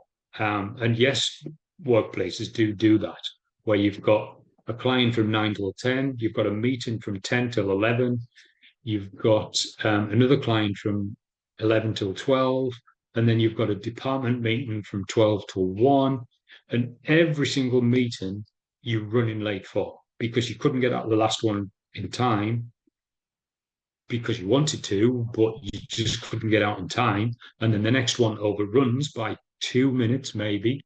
And you always look like the bad guy because you're always late for everything. That's not the ideal way to work. So if you can have even 2-3 minute buffer so that you can either get to the toilet, get a glass of water, get a sandwich if you need it, get a Snickers bar, to whatever, 5 minutes between each session time, you're setting yourself up better, which is why, like GPs quite often only do 40-minute sessions or 45-minute sessions, because not only do they have to do everything that I've just mentioned, they've also got to type everything up and they've got to refer things on. And then the next appointment is coming round, so they've got to get everything ready before the next one comes around. AOD in relation to transportation. So if somebody is before that even comes in, if we're transporting any clients, we've got to make sure that our insurance covers that in our car or in our whatever we're ferrying them around in. But also, if they are covered under our vehicle insurance, then there's also the issue of transporting people around that are affected by AOD. If anything goes wrong, like anything, either they have some sort of medical episode or they get elevated, they get angry, they get upset, anything goes wrong, that could easily come back on us. And we want to make sure that we're protecting ourselves. Gifts, cards, flowers, and chocolates are all wonderful, but we're not meant to accept them. It would be nice if the salary that we're getting would be enough to cover and not need anything extra, but that would be what the boss would be saying. You don't need any incentives or any gifts from any clients because you get paid to do this job. If you want to do it voluntarily and then get cards, flowers, and chocolates, cool. Go and do it voluntarily, and that'll be the salary that you get. But no, we get paid to do the job, so it's unethical to accept anything like this. Even going back to like the teacher who used to get an apple from the favorite student every morning, it's wrong now. Relationship friends. So if you're a caseworker for somebody, then you're not their friend. And while that client caseworker or client counselor or client therapist, client worker relationship is there, you can't be their friend. It's best to see it in the rehab context, where it's really, really difficult to see people that were your friends. Now you're working in a rehab and they are clients, they're not friends, but they still think of you as a friend, and they try and get things from you. But you're not their friend, you're a worker. And it doesn't work for you to still try and be their friend. there's all sorts of problems that you can set yourself up for, unfortunately. So if you want to be their friend still, then go and work in a different rehab. If it's them that you wanted to stay in contact with, them specific people, work in a different rehab or stop working in that rehab. Leave the rehab if you want them as friends, but it just doesn't work. Don't disclose personal information, anything like at all. There's people, a lot of like psychologists, psychiatrists, counselors would be going as far as to saying, we're not here to talk about you. Oh, sorry. Got that the wrong way around. We're not here to talk about me. We're here to talk about you. So the counsellor might say, so how's the morning been? Was it a struggle getting here on time? Was it stressful coming here on the bus? And then the client might say, how's your morning been? Has it been like, when's your birthday? Or how was your weekend? What did you get up to on your weekend? We're not here to talk about me. We're here to talk about you, and they are all inappropriate questions. And trying to keep it as black and white as that, and we're not here to talk about me, that's the best way to focus on it. Be clear of your job role and responsibilities, keeping them in mind all the time. Self-disclosure is similar to not disclosing personal information. Just keep my problems out of your caseworking time, really. Like, whoops. Like, I've come here to talk about you, so I'm not going to tell you about my domestic that I had this morning, or my kids playing up at the weekend, or that the dog was sick in my car this morning, or my divorce that I'm going through, or the few beers that I had on Friday night. I'm not mentioning anything like that. All of that has got nothing to do with me working with you today. Self-care, meaning, like I mentioned at the beginning of every session, making sure we're looking after ourselves, but also making sure I know where I can download all the information to, like all of the stuff that I've taken on every week. I need to know who I can take it to, with a professional debriefing rather than a social debriefing. The professional debriefing is the best way to do it. With cops and first responders and fireys, a social debriefing is very, very good for their mental health. They're told that, they're advised that, and the military as well. Social debriefing is one way that they can stay sane and do the same job for 10, 20 years, to make, whether it's down the pub, whether it's in a group, whether it's around mates, the social debriefing is one way that people can survive in a really stressful job. We can't do that because of the privacy and confidentiality that we're working with all the time. So we have to have a professional debriefing. We have to find somewhere that works.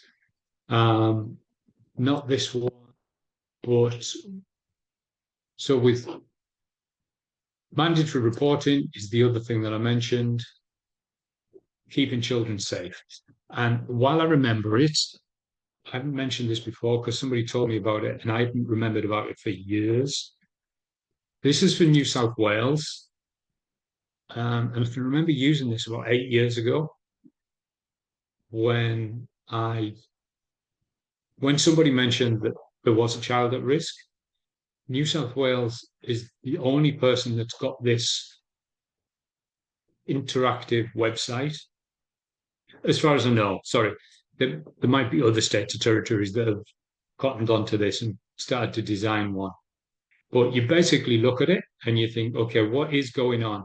Is it physical abuse? Is it neglect? Is it psychological harm? Is it relinquishing care of concern, danger to self or others? And once you pick which one it is, then you click on it and you move on to the next step. So this is rather than saying, okay, somebody's just been in the office, they've reported that there's a child at risk, who do I talk to? And just phoning 999, not 999, that's the UK number, phoning 000. You don't call 000 for that. You don't call the front desk at the police station for that. You call the representative in your local command area, local area command. You talk to that person that's responsible for it. Quite often there's a person in your organization that's going to be talking to them all the time. To start it off, you would work through this in New South Wales, and it would advise you on what you need to do. So, is the child or young person a danger to the self or others? Has the child or young person recently attempted or threatened to plan suicide? No, it's not that kind of thing. Have they self-harmed to an extent that requires emergency medical treatment? Yeah, they were cutting, maybe. They were cutting on their arms or their legs. Have they consumed alcohol or drugs to an extent that requires emergency medical treatment? Yes. Have they violently injured or threatened to violently injure others? No. And then we click on obtain immediate police, medical, and/or mental health intervention. That's pretty straightforward. It asks very little questions. We get very little information, and it says in New South Wales, whoops, that's what you do. So you might go straight to the person in your organization that's responsible for that, or it might be a certain person that you have to contact regularly. So is the parent or carer refusing to or unable to provide intervention, or are you unable to locate parent? That's a double negative. Is that yes or no? Is the parent or carer refusing or unable to give intervention? Yes. Or are you unable to locate parent or carer? Yes, I'm unable to. Is the parent or carer actively aggravating the child or young person's emotional state? No. So the answers you've just provided have been about the most serious of the concerns. Do you have other concerns about the safety, welfare of the child and person? Even if you're not in New South Wales, because of what it is, you could use that elsewhere in Australia.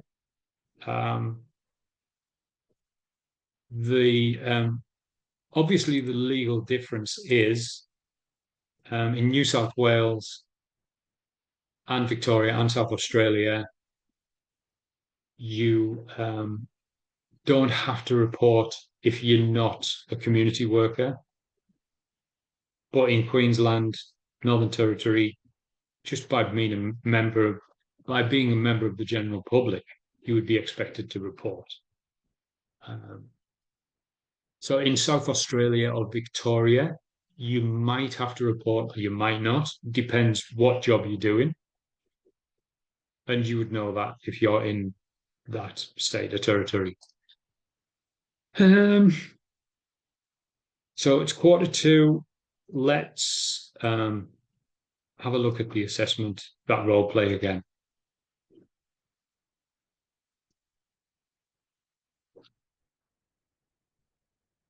I can remember going through this last week, or the scenario, sorry. I can remember reading about this scenario last week. You don't have to write the email first, but it might be a good idea to know what you're going to write. Ideally, you just need to be thinking about how you would put that into practice. Like, how would you work this role play?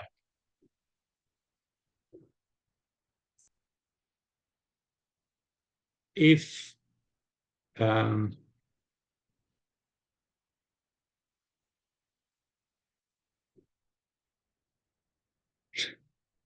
I am out of the office, Glenn. I'm not really here.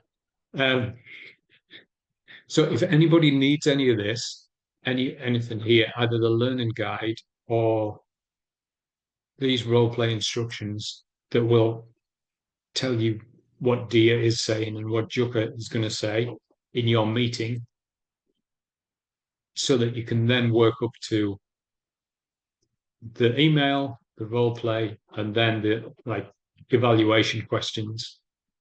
That's what we need to do. So I'm going to split up into breakout rooms.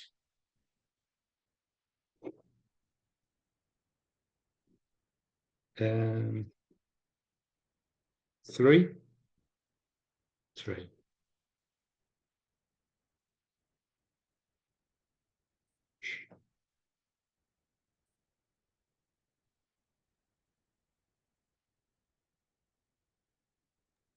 I'll stay out of the breakout room, mate. So you can have threes. Yeah, there's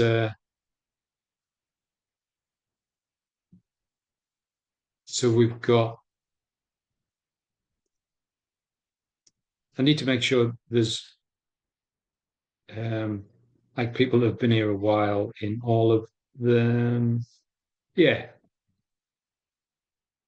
All right. So I've got the breakout rooms ready. What I need to do, does anybody need to screenshot any of this? Like, that's the task. That's all you need to do. Have a role play that's going to be you, Dia, and Jukka. But then that is the scenario that's happened. So that's what you, Dia, and Jukka are going to be talking about.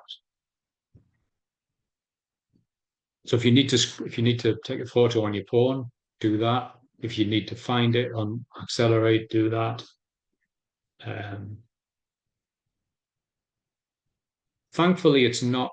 She's a community service worker, but that could happen in anywhere, in any workplace. That could happen. Usually, the glass coffee jar is going to fall on my head, and that's just the way it is. So I'll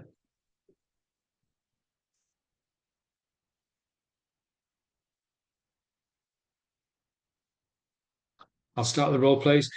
Not the role plays, the breakout rooms. Sorry, it's going to be break time in 10 minutes. So we'll have 10 minutes before, then we'll have 10-minute break, and then we'll have another 10-minute afterwards, so that you've got some prep time and you've got some practicing time. So you'll get an invite to join the breakout room.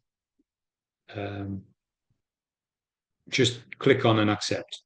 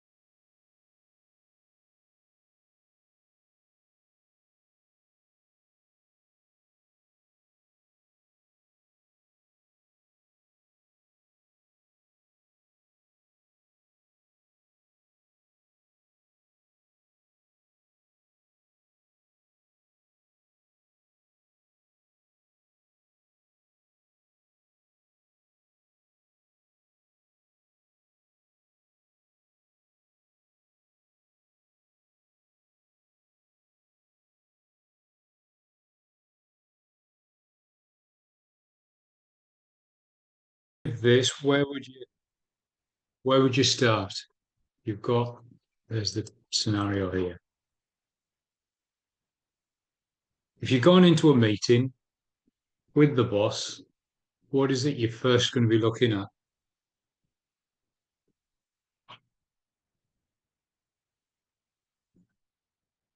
Yeah, Coco. So the workplace health and safety policy and procedure that's in breach. Okay. I wasn't necessarily expecting it. Did anyone have a look at the first access? Get onto there, or you did? Okay. Yeah. Is it clear? Yeah. It's not. Where is it? So management will ensure the following: regularly consult with the team wherever practical on all WHS issues and regulatory or workplace changes that may affect their workplace, and be proactive in identifying any potential hazards or risk and implement control measures. Okay, so it's saying the standard stuff. And which bit of, like, can you pick out which bit would be helpful for the work health and safety? Well, there needs to be some sort of system about the storeroom and keeping it orderly. And she shouldn't have to be up on a store ladder to reach glass jars. Like, they should be on a lower shelf. Like, it's obviously just haphazard. It hasn't been, like, I don't know if it's kept like that all the time, or if it's somebody's put all the stuff away and they haven't bothered to put it where it needs to be. Is it labeled? You know, we discussed, heavier things on lower shelves. The fact that they don't even need to have a Stanley knife in there to open boxes. There's other things that can be used that aren't knives. Yeah, and just some sort of a system to make sure that it's being monitored regularly so that, there's not crap falling off shelves, etc. Okay. Anybody else? Anybody else get anything?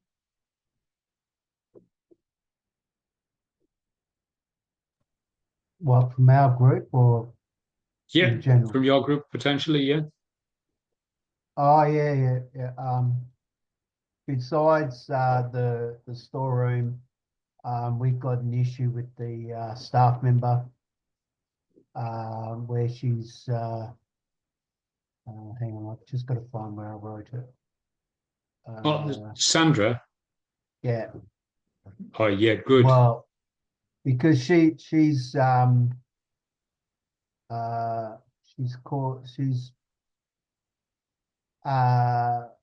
is it? Ethical and professional misconduct. Where she's disagrees with the need for individualized care. She's belittling clients' disability health. That's showing a lack of empathy and professionalism.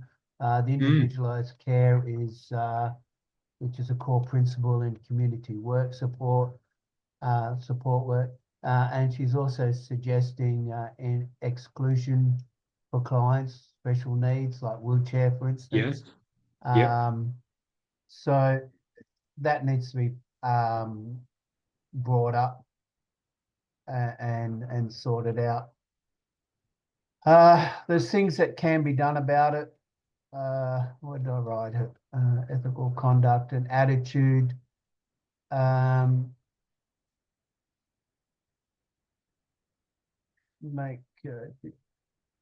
Criticizing time spent for individualized planning for clients, making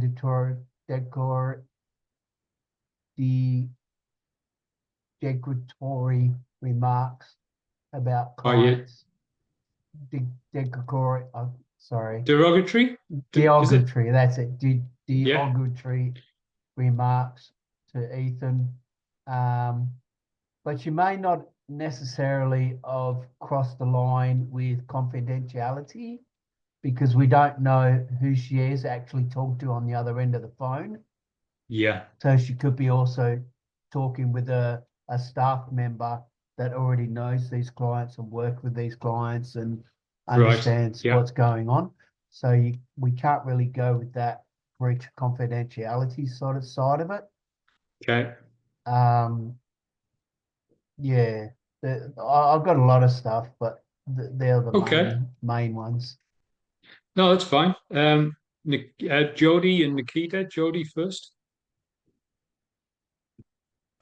Yeah, no, I was just pretty much going to say the same as Glenn. I'm just with the actual organisation of the storeroom, with the work health and safety. I would have pulled out the things about the safety of the knife, the safety of the things not being in their right place. I was just saying to them before, there's a rule in a lot of places of, there's a place for everything and everything has its place.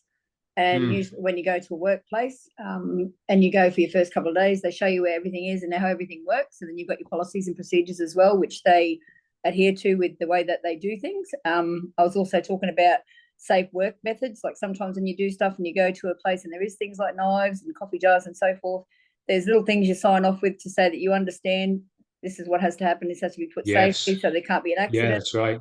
And then you can report if it's a near miss or anything like that too. So you got to try and bring as it says, like they said, there's only two major ones you have to talk about while you're writing your email. But then when you have the meeting, you can go over those extra things, like and just talk about the reasons that when you've got the policy behind you, it sort of says everything for you. So it's like, well, you've all signed this when you started the job. You've all read over this while you've been doing your training on your computer, whatever you've done before you did all the not necessarily do this, but you've actually signed off on this. So, what do you think we can improve? And you put it back on them so that they're giving you feedback and everything. And then you could suggest after all that stuff's talked about, you could actually suggest, well, maybe we'll have a meeting, we'll have a bit of fun, we'll have a couple of drinks, we might get a pizza or something, and we'll have a bit of a talk about what kind of ideas we could do to work collaboratively together to make it more organised. So, if it's been let go for so long, it's either they're all just a bit lazy or they don't care, they've just lost their care. But it all comes back to safety. And when they leave those things, even the ladder sitting out like that, that's just work health and safety. It's just drama everywhere. It's just an accident waiting to happen every week. So I'd just go over the policies and procedures. And Glenn said too about the code of conduct. It covered everything, like the ethical misconduct, in individualization, the lack of empathy, all those things are really helpful to me for when I'm going to do mine, because they sort of made so much sense. Like, just sort of going over everything, what it was about, without saying, oh, you did this, you've got to do this. It sort of could make it a bit more fun and sort of go over a few things and just do a refresher, and then perhaps talk about something on top about, we might go over this again. We might do this every sort of couple of months, and we'll get comfortable with it, and then just to keep it refreshed in their mind, because front of mind, you need safety. It's the number one thing in every workplace for saving accidents, because it's the biggest things. It's little things like trips and falls just from ladders and shit in the way and all that sort of stuff. You know what I mean? Yeah. Cheers. Nikita? We went kind of like, we spoke also about the privacy and confidentiality. Well, one, she's in a staff room, so she shouldn't be having that conversation where anyone and everyone can walk past and listen to it. She may be on the phone to someone who knows the clients or whatever, has worked with them, but that conversation should be done in an office where it's privacy and not just, another client walking past with their worker can hear it, or fair enough, fair call. It does breach it on one hand, and on the other it doesn't. It's a 50-50. Okay, I was wanting to look at the first access thing. Glenn, just before I do that, Glenn, what were you wanting to say? I'm still a bit unsure about one thing though, because in the first task, in the email, it's saying that, description and of improvements, including legal and ethical requirements, outlining potential and actual breaches.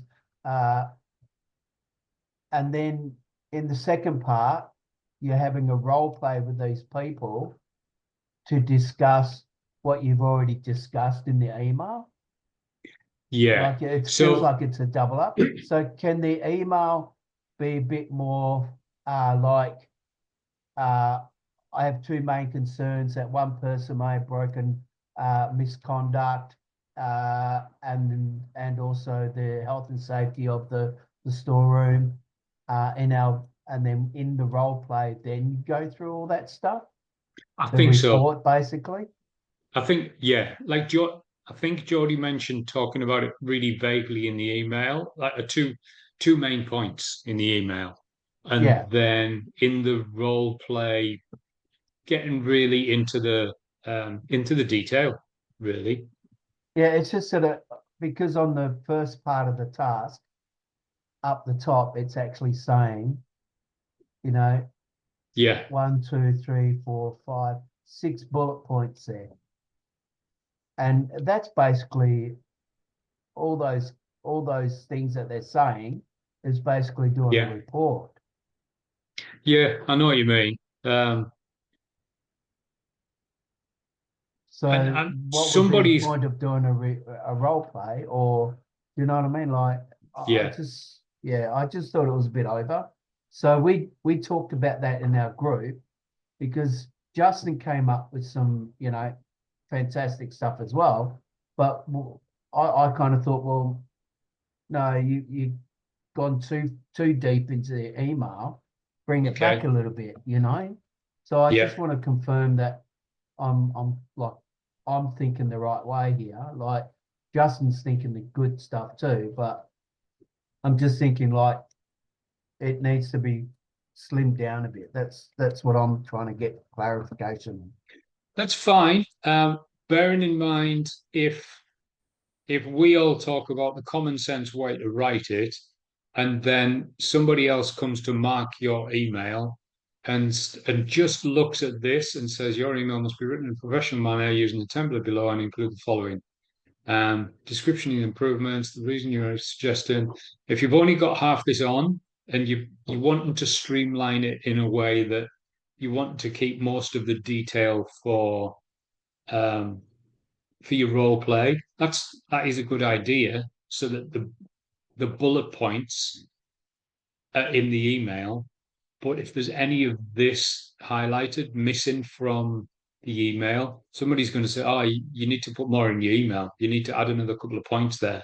Do you know what I mean?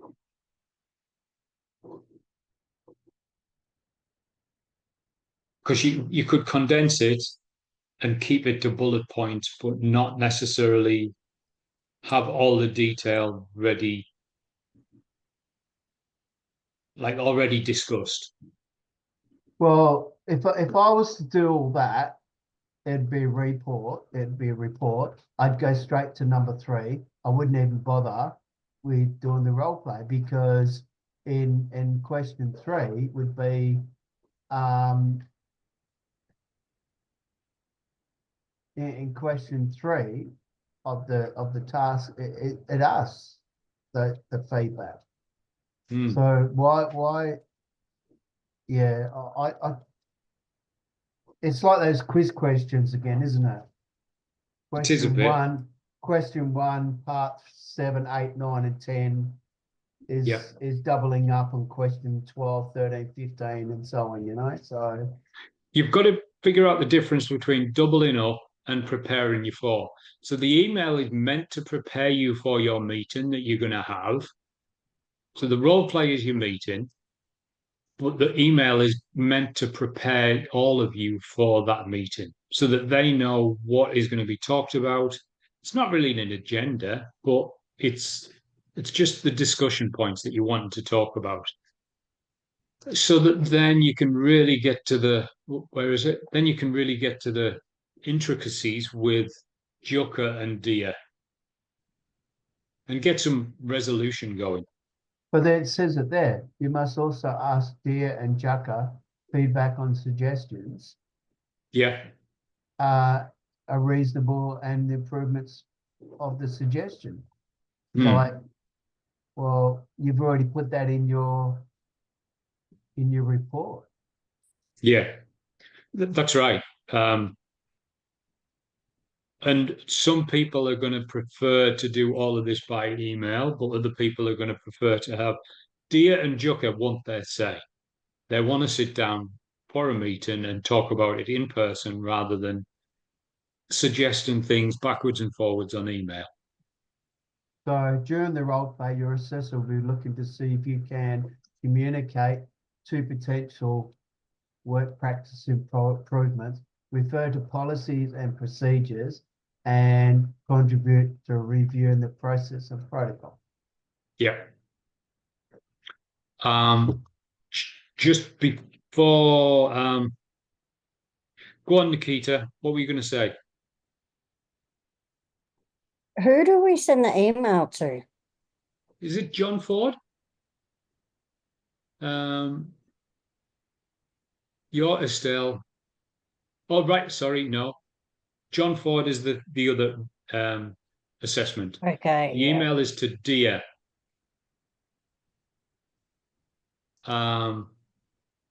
So just a bit of a side issue to help anybody that hasn't sorry, I'm looking for it. The learner guide. If you haven't yet seen the First Access website, oh, there it is. It's right behind it. So this is the learner guide. And if you haven't been on the First Access website, like Coco said she had, this is the simulation, the pretend charity or pretend community services agency. You go here,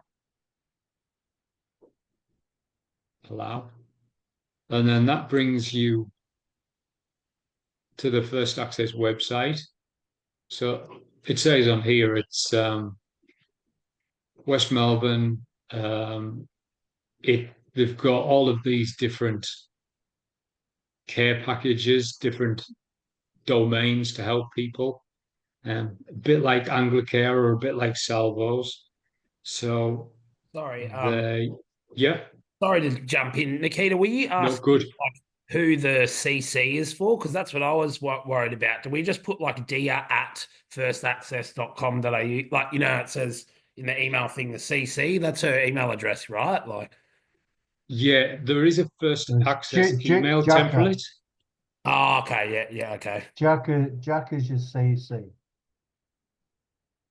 Isn't it Dia? The Dia's Dia, you got Dia, and then CC and Jacka, because they're both your supervisors. Thanks, guys. I'm just trying to get. Thanks for sorting that out. I was trying to do something else as well.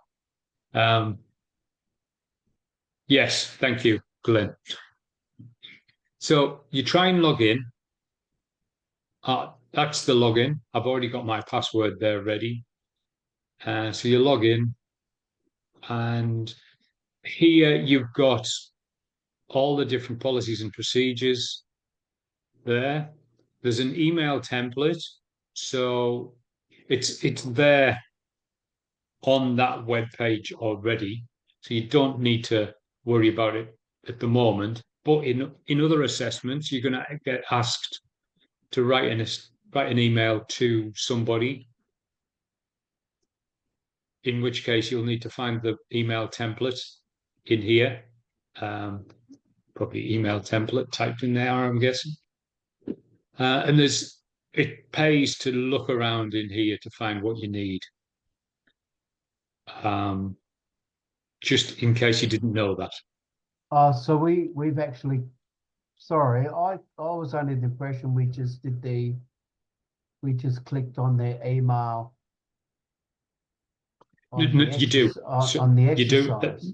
Yep, that's just in there. That's all you need for this one.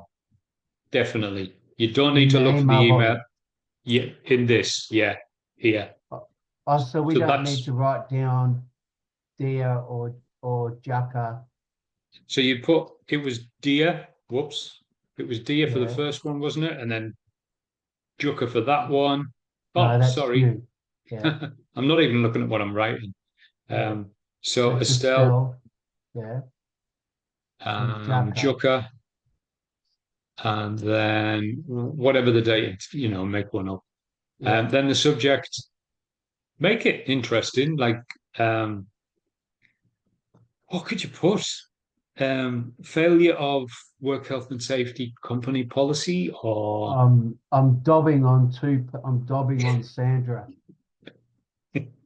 yeah, this is not quite as drastic as that. Reform of the policies. That's a good one. To get it back to what it was. And staff conduct. Yeah. Code of conduct or whatever you had. Yeah, that's right. Yeah, perfect. Sounds good. Right. Yeah. And then you would write the email in there, and that's your assessment for this one. So you don't have to go looking for anything else. It's all there. Yeah. You get that, Justin? That's all you have to do for your CC. Actually, it was Dear Headley. Yeah. So useful names. Was it Estelle Morris? Yeah, I think so. And Jucus Set. And then whenever that is. Yeah, I got that. I just didn't know whether they wanted an email address. Like, you know what I mean? No. No. Quite often, like when you've got a big company like this, you would literally be going to an email and you would type in DIYA and you would get a drop down of everybody's email addresses, and you'd just click on there's Dia's address, and Dia's just goes straight in for you. Yeah. So why are we going into first access then for the email? No, for the policies and procedures. Yeah. Okay. Not for the template email. No. Okay. No, but other assessments you'll need to get the email template from, and it's CGT1 for anyone that needs to get it. Oh, fantastic. Well done, Nikita. That's Only because I was excellent. looking for it this morning and today, and I was like, oh, so it's stuck in my head. EGT1. CGT1. Really? What was that? CGT. I wonder what that means. CGT1. Fair enough. CGT1. Yep, I'm pretty sure it is. Is that what you said? Yeah, CGT1 email template. Beautiful. Thank you. That's all right. All right. Well, It let's makes it leave it easier there. for anyone. We've got a new module next week. I can't remember what it is, but it's another kicking off. We can still work on these role plays. Just because we're doing a new module doesn't mean we can't come back to this and get these role plays done. So we'll have time to do that. Yeah, that's pretty much it. Justin, yeah.